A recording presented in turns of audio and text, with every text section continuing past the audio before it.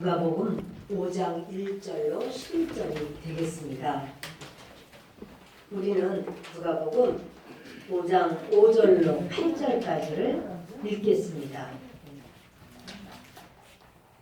5절로 8절까지 함께 읽습니다. 시몬이 대답하여 이르되 선생님, 우리들이 밤이 새도록 수고하였으되 잡은 것이 없지만은 말씀에 의지하여 내가 그물을 내리다 하고 그렇게 하니 고기를 잡은 것이 심히 많아 그물이 찢어지는지라. 이에 다른 배에 있는 동무들에게 손짓하여 와서 도와달라 하니 그들이 와서 두 배의 채움에 잠기게 되었더라.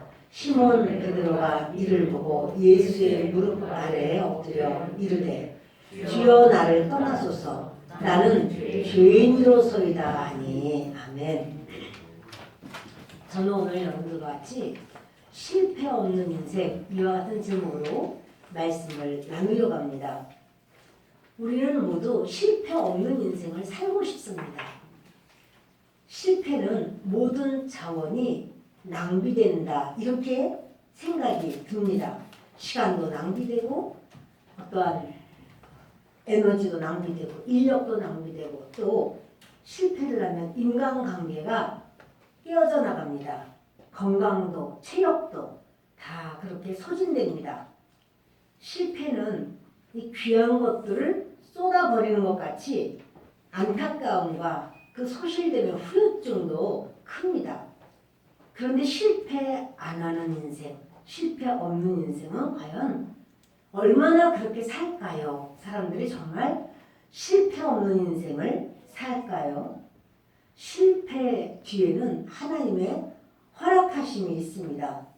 이 세상의 모든 일은 하나님 허락 없이는 일어나지 않는데, 마귀가 역사를 해도 하나님이 허락하시는 범주 안에서만 역사합니다. 그런데 여러분, 우리는 실패하길 원치 않는데 하나님이 말씀하시는 실패 없는 인생, 그것은 하나님이 이거는 성공이야, 이거는 실패한 게 결코 아니야, 이렇게 말씀하신 것은 무엇이냐면, 우리 영혼이 천국에 들어가 천국의 주인공 되는 게 실패 없는 인생이라고 말씀을 하십니다. 만약에 온 몸이 건강해서 하고 싶은 일을 다 한다면, 그러면 인간의 본성인 이 죄성, 내 속에 있는 욕심, 또 더러운 마음, 이게 내가 하고 싶은 대로 다 한다면 그것이 뽑혀서 나갈까요? 하는 일마다 대박이 나고 형통한다면 우리 속에 욕심도 없어지고 미움도 없어지고 시기도 없어지고, 그래서 우리 속이 아주 눈보다 희게 그렇게 깨끗해질까요? 모든 사람이 나를 인정하고 명예와 지위가 높아진다면 그럼 내 죄성이 뽑혀져 나갈까요?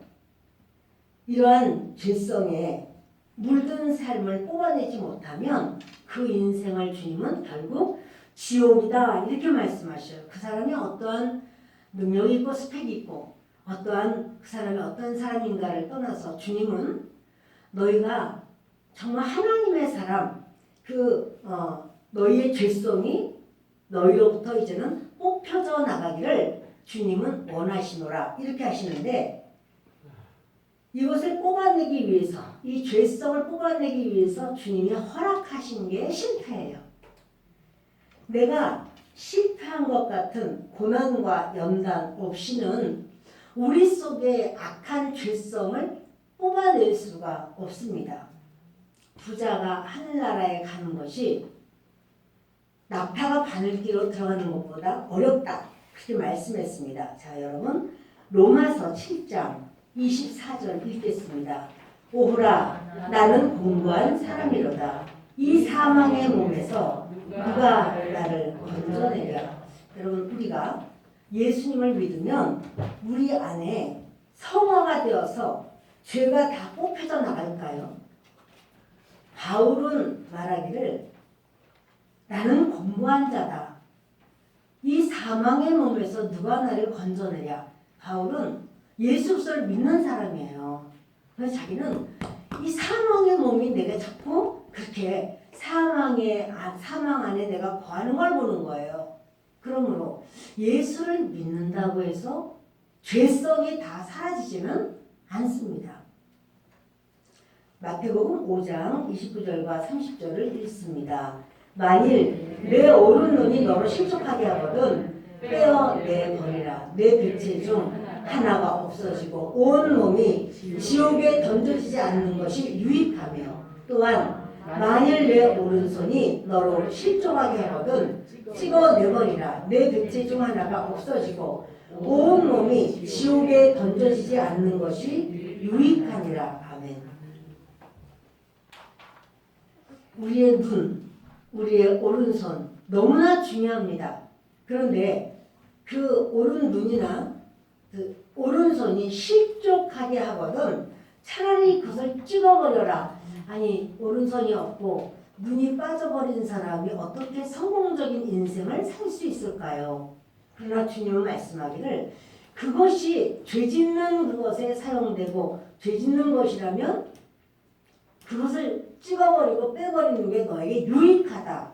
그러니까 주님 보실 때는 그것이 너희에게 있어서 합당하다. 이렇게 말씀을 하시는 겁니다.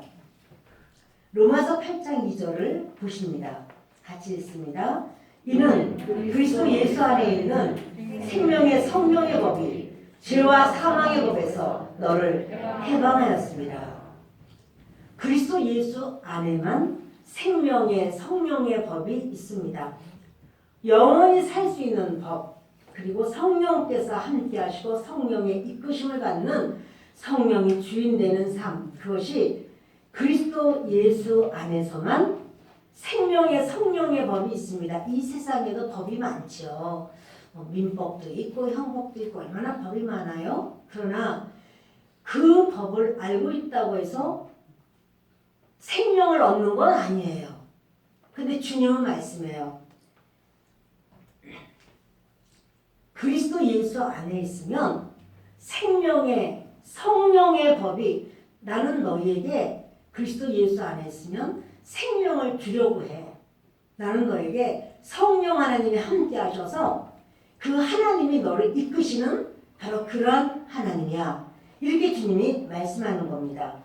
여러분, 하나님 아버지 천부님과 예수 그리스도 성자 예수 그리고 성령 하나님은 삼위일체죠. 그런데 하나님의 뜻은 우리가 이 땅에서 연단, 고난 이런 걸 받는다고 할지라도 그것을 통해서 더러운 마음, 욕심, 죄성 이것을 뽑아내기를 원하신다는 사실이에요. 예수 그리스도 믿지 않는 사람, 예수 그리스도를 받아들이지 않는 사람은 죄와 사망의 법이에요. 그에게 오는 것은 다 너는 이런 죄가 있어. 너는 그래서 사망이야. 이게 예수님을 믿지 않는 사람은 모두가 죄와 사망의 법에 다스림을 받습니다. 그러나 예수 그리스도를 믿고 따르는 자에게는 주님이 생명의 성령의 법으로 그를 인도한다는 사실입니다. 고린도후서 7장 우리 9절 10절을 읽겠습니다. 내가 지금 기뻐함은 너희로 근심하게 한 까닭이 아니요 도리어 너희가 근심함으로 회개함에 이른 까닭이라. 너희가 하나님의 뜻대로 근심하게 된 것은 우리에게서 아무 해도 받지 않게 하려 함이라. 하나님의 뜻대로 하는 근심은 후회할 것이 없는 구원에 이르게 하는 회개를 이루는 것이요 세상 근심은 사망을 이루는 것이니라. 아멘. 근심이 두 종류가 있어요. 세상 근심이 있어요. 근데 이 세상 근심을 하다 보면 사망에 이르는 것이니라.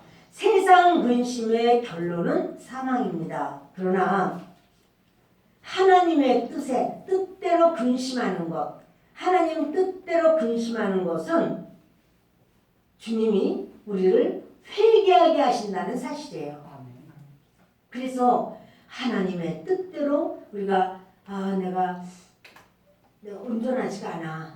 내가 하나님 앞에 회개해야 돼. 이런 그것 때문에 근심하고 하는 것 주님은 그것은 생명에 이르는 것이라는 말씀이에요. 자, 우리요 뒤를 넘기시면 12절 있습니다.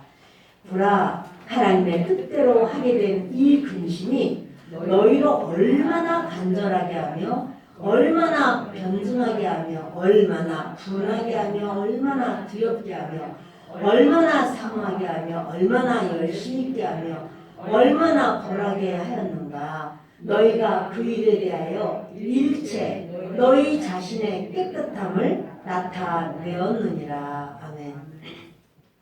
하나님의 뜻대로 하는 근심, 그 근심이 우리를 깨끗게 한다는 사실이에요. 하나님의 뜻대로 우리가 그 여러 가지 이제 근심을 할 수 있습니다. 근데 주님은 그것이 너희를 구원에 이르는 회개를 하게 하는 것이요 라고 하는 거예요. 우리는 오늘 실패 없는 인생 그런데 근심이라는 거는 뭔가 실패가 된 것 같은 상황이니까 근심이 있죠. 그러나 주님 말하기를 세상 근심은 사망에 이르게 하는 것이지만 하나님의 뜻대로 하는 근심은 너희를 깨끗게 하느니라 그러시는 거예요. 자, 베드로전서 3장 17절을 읽겠습니다. 선을 행함으로 고난 받는 것이 하나님의 뜻일진데 악을 행함으로 고난 받는 것보다 나으리라. 아멘. 선한 일을 행했는데 고난을 받을 수 있는가? 근데 그것이 하나님의 뜻이에요. 우리가 선한 일을 했는데 고난이 왔다. 주님 말씀이에요. 그거 내 뜻이야. 그 가운데서 우리는 어떤 생각을 하냐면 나는 부족하다. 하나님밖에 없습니다. 하나님을 의지하고 신뢰합니다. 이렇게 주님을 바라보고 주님을 따라갑니다. 근데 여러분 그 선을 행할 때 여러분 그런 고난, 어려움 당하신 적 있지 않습니까? 근데 그것이 주님 보실 때는 그게 내 뜻이야. 이렇게 말해요. 그러니까 우리는 하나님의 뜻이면 그것을 받아들이는 거죠. 자, 베드로전서 4장 1절과 2절과 19절을 읽겠습니다. 그리스도께서 이미 육체의 고난을 받으셨으니 너희도 같은 마음으로 갑옷을 삼으라. 이는 육체의 고난을 받은 자는 죄를 그쳤음이니 그 후로는 다시 사람의 정욕을 따르지 않고 하나님의 뜻을 따라 육체의 남은 때를 살게 하려 함이라. 그러므로 하나님의 뜻대로 고난을 받는 자들은 또한 선을 행하는 가운데 그 영혼을 미쁘신 창조주께 의탁할지어다. 아멘. 예수 그리스도께서도 하나님이시지만 육체의 고난을 받으셨어요. 근데 그게 하나님의 뜻이었어요. 예수 그리스도도 육체의 고난을 받으셨는데 그것을 너희의 갑옷으로 삼으라. 그러니까 그 말씀을 붙들고 그렇게 내가 주님의 뜻대로 살려고 할 때 여러 환난이나 또는 고난이나 어려움이 올 때 예수님도 나를 위하여 십자가에서 고난을 당하시고 예수님도 고통을 당하셨지. 이렇게 그것을 우리 마음에 갑옷을 삼으라. 갑옷을 입으면요 불화살이 날라와도 갑옷이 막아주잖아요. 그것처럼 예수 그리스도께서 대신 고난당하신 그 고난당하셔도 그 예수님은 그것이 바로 하나님의 뜻이라고 했어요. 그럼 그것을 붙들고 우리가 나아갈 때 이는 육체의 고난을 받은 자는 죄를 그쳤음이니. 이제요 그럴 때 육체의 고난이 있다고 할지라도 우리가 또다시 죄를 짓지 않게 돼요. 예수님도 고난당하셨는데 이렇게 내가 진실로 그 어떤 A를 사랑해서 그를 위하여 기도하고 최선을 다하고 하는데 A가 오히려 나를 막 비방하고 막 힘들게 하고 할 수가 있어요.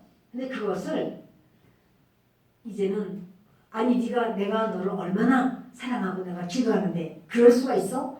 이렇게 하지 말고 하나님의 뜻 가운데 이것은 더 이상 죄를 짓지 않는 하나님이 그것조차도 맡기라고 하시는구나. 내가 이것도 주님께 맡깁니다. 이렇게 주님께 맡기라는 거죠. 자, 여러분, 그 후로는 다시 사람의 정욕을 따르지 않고 하나님의 뜻을 따라 육체의 남은 때를 살게 하려 함이라.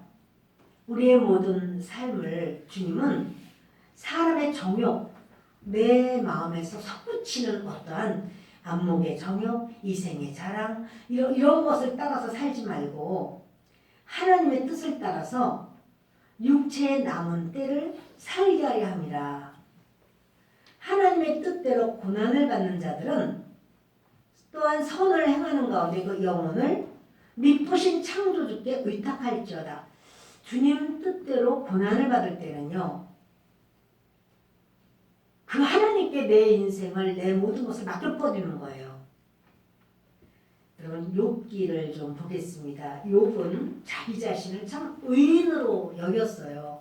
32장 1절과 2절을 보십니다. 욥이 자신을 의인으로 여김으로 그 세 사람이 말을 붙이니 람 종족 부스 사람 바라겔의 아들 엘리후가 화를 내니 그가 욥에게 화를 내면 욥이 하나님보다 자기가 의롭다 하며, 욥이 어떤 마음이 있었냐면 나는 의로워, 내가 잘못한 게 없어, 나는 옳아, 이렇게 생각하는 거예요.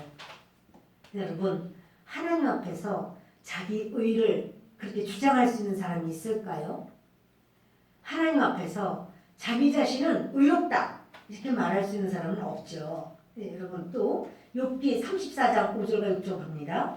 욥이 말하기를 내가 의로우나 하나님이 내 의를 부인하셨고 내가 정당함에도 거짓말쟁이라 하였고 나는 허물이 없으나 화살로 상처를 입었노라 하니. 욥은요, 자기가 의로운데 하나님이 내 의를 부인하셨다. 그러면 누가 잘못한 거예요? 하나님이, 욥은 생각할 때 나는 정말 의로워, 하나님이 내 의를 인정하지 않으시고 부인하셨어, 이런 말을 하는 거예요. 여러분, 그래서 욥 같은 사람도 환난과 그 말할 수 없는 고난, 그래서 수많은 재산이든 또 자녀 10명이 하루아침에 전부 없어지는 이런 것을 만나도 욥은 나는 의로워, 내가 뭘 잘못했어, 왜 내가 이런 일을 겪어야 돼, 이렇게 생각을 했어요. 그러나 주님은 이제 그 욥이 계속 그런 말을 해요. 내가 정당함에도 거짓말쟁이라 했고 나는 허물이 없으나, 어떻게 인간이 허물 없는 인간이 있습니까? 욥은 그렇게 생각하는 거예요. 내가 허물이 없다.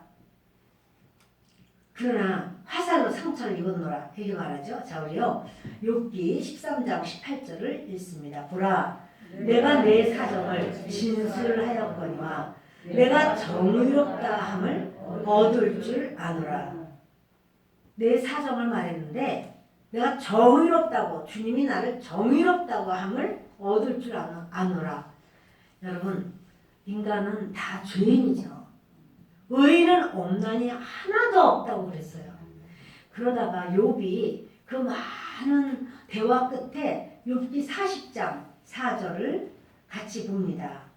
보소서, 나는 비쳐나오니 무엇이라 주께 대답하리이까? 손으로 내 입을 가릴 뿐이로소이다. 이제 그 욥이 그 많은 그런 변론 가운데서 나는 비천함이다 이렇게 말해요. 나는 의롭습니다, 나는 정의롭습니다 이렇게 말하다가 나는 비천합니다. 그리고 내가 내 손으로 내 입을 가릴 뿐이로소이다. 내가 말하는 것마다 다 내가 미련한 말을 하고 있습니다. 나는 할 말이 없습니다 하고 자기 손으로 자기 입을 가리겠다는 거예요. 비록 자녀들이 하루아침에 10명이나 되는 자녀들이 세상을 떠나고 또 많은 물질을 다 잃어버리고 온몸이 악창이 나서 뼈가 다 드러나도록 그런 심한 고난을 당해도 나는 할 말이 없는 사람입니다 이렇게 말을 해요. 나는 할 말이 없어요. 나는 부족한 자예요. 이런 말을 해요. 여러분, 예수 그리스도께서 공생의 기간 중에 많은 사람을 만나십니다. 그런데 그 만난 사람들이 성공 가도를 달리는 사람은 없어요. 그 38년 된 병자, 나면서부터 소경된 자, 또 10명의 문둥병자들, 그리고 소외된 자들, 가늠한 현장에서 붙들림 받은 여자, 귀신 들린 자, 하여튼 이런 실패와 고난, 인생이 끝난 것 같은 아유 실패한 인생이네. 그렇게 여길 수밖에 없는 이 사람들을 예수님이 만나주십니다. 이렇게 실패와 고통 속에는 이 사람들 예수님이 만날 때 이들이 다 영생의 주인공이 돼요. 영원한 하나님 나라의 백성이 돼요. 여러분 그것이 바로 이 고난이 예수님을 만나는 은혜입니다. 내가 부족하다 이렇게 고백할 수 있는 게 은혜입니다. 내 인생이 내가 주인이 아니야. 이것을 하나님은 알려주시는 거고 지금 우리가 고난 중에 있다면 지금이 예수님을 만날 기회가 됩니다.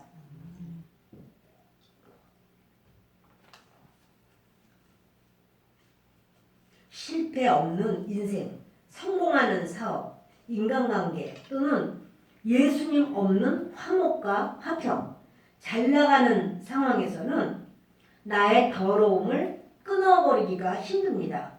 왜냐하면 눈에 보이는 재물, 건강, 자녀, 가정, 명예, 권세, 지위 이거를 붙들고 있어서 그래요. 주님은 그걸 붙드는 게 아니라 예수 그리스도를 붙들려고 했어요.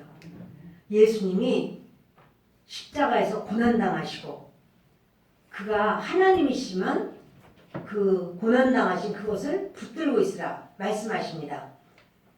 심령이 가난한 자가 될 때에 천국이 저희 것이 됩니다.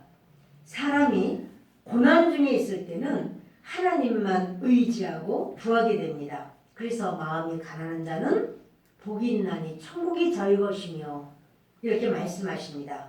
여러분 다윗도요. 다윗이 자기를 죽이려고 하는 사울 임금이 있을 때는 다윗은 오직 하나님만 의지해요. 하나님께만 부르짖고 하나님께만 매달립니다. 그런데 다윗이 그 사울 임금, 다윗을 죽이려고 하는 사울 임금이 사라지니까 그때부터 범죄해요. 사실은 우리가 자기를 죽이려고 하는 그 대적자가 사라지는 것이 아유 내가 이제는 두 다리 뻗고자게 생겼네. 아유 내가 이제는 성공하는 인생이 되겠네. 그러나 그때부터 다윗은 자기 속에 죄악이 피어오르는 그런 상황이 됩니다. 그래서 그는 자기의 그 충신인 우리아를 죽음에 넘기고 그리고 그로 인해서 다윗이 평생에 하나님 앞에 간절하게 엎드리는 그 모습을 보게 됩니다. 여러분 오늘 본문을 다시 보겠습니다. 본문 누가복음 5장 1절로 11절입니다. 우리 함께 읽습니다. 무리가 몰려와서 하나님의 말씀을 들을새 예수는 게네사렛 호숫가에 서서 호숫가에 배 두 척이 있는 것을 보시니 어부들은 배에서 나와서 그물을 씻는지라. 예수께서 한 배에 오르시니 그 배는 시몬의 배라. 육지에서 조금 떼기를 청하시고 앉으사 배에서 무리를 가르치시더니 말씀을 마치시고 시몬에게 이르시되 깊은 데로 가서 그물을 내려 고기를 잡으라. 아멘. 많은 무리가 예수님께 몰려왔습니다. 예수님이 베드로의 배를 빌려서 육지로부터 좀 띄워서 바다에 배를 띄웠습니다. 아침에는 바다에서 바람이 육지로 가요. 그래서 이제 거기서 그 배에서 말씀을 전하면 그때 무슨 마이크 시설, 앰프 시설 없어도 그 소리가 그 육지에 앉아있는 사람들에게 잘 들립니다. 예수님이 그렇게 그 게네사렛 호숫가에서 이제 배를 빌려서 말씀을 전하십니다. 말씀을 다 전한 다음에 깊은 데로 가서 그물을 내려 고기를 잡으라 이렇게 말씀해요. 자, 우리 5절부터 있습니다. 시몬이 대답하여 이르되 선생님 우리들이 밤이 새도록 수고하였을 때 잡은 것이 없지만은 말씀에 의지하여 내가 그물을 내리리이다 하고 그렇게 하니 고기를 잡은 것이 심이 많아 그물이 찢어지는지라. 베드로가 한 말이 그래요. 아유, 내가 밤새도록 그물을 내렸는데 잡은 것이 없습니다. 그러나 예수님이 말씀하시니 제가 그 말씀 때문에 다시 한번 그물을 내려보겠습니다. 이러고 내린 거예요. 그런데 거기 만선이 되는데 2배가 가득 차는 만선이 됩니다. 7절 같이 읽습니다. 이에 다른 배에 있는 동무들에게 손짓하여 와서 도와달라 하니 그들이 와서 2배의 채움에 잠기게 되었더라. 어마어마한 대박이 났어요. 그 한 번 그물을 내렸는데 2배에 가득 차서 잠길 정도예요. 근데 베드로는 그 결과, 그 물질, 아 이제 나는 성공했구나, 성공, 거기에 관심을 두는 게 아니라 내가 밤새도록 그물을 내려도 잡지 못한 것, 예수님이 말씀 한마디 하니까 그물 속에 물고기를 집어넣으셨구나. 예수님은 내 인생의 주인이구나. 바다의 창조주이시구나. 예수님은 메시아로구나. 이렇게 베드로는 그 마음에 깨달음이 와요. 그래서 그 베드로가 지금 엄청 많은 물고기를 잡았는데 베드로는요 가슴을 쳐요. 하기를 무릎을 꿇고 엎드려서 주여 나를 떠나소서. 나는 죄인이에요. 나는 예수님을 주인으로 여기지 않았어요. 예수님을 만왕의 왕으로 여기지 않았어요. 나는 죄인으로서이다. 이렇게 말을 해요. 그러니까 자 우리 9절부터 읽겠습니다. 이는 자기 및 자기와 함께 있는 모든 사람이 고기 잡힌 것으로 말미암아 놀라고 세베대의 아들로서 시몬의 동업자인 야고보와 요한도 놀랐습니다. 예수께서 시몬에게 이르시되 무서워하지 말라. 이제 후로는 내가 사람을 취하리라 하시니 그들이 배들을 육지에 대고 모든 것을 버려두고 예수를 따르니라. 아멘. 같이 있던 사람들도 다 놀래버렸어요. 근데 이들도 동일하게 그 많이 잡아서 좋아서 펄펄 뛰는 게 아니라 예수님 말씀 한마디면 이런 기적이 일어나는구나. 이것은 기적이야.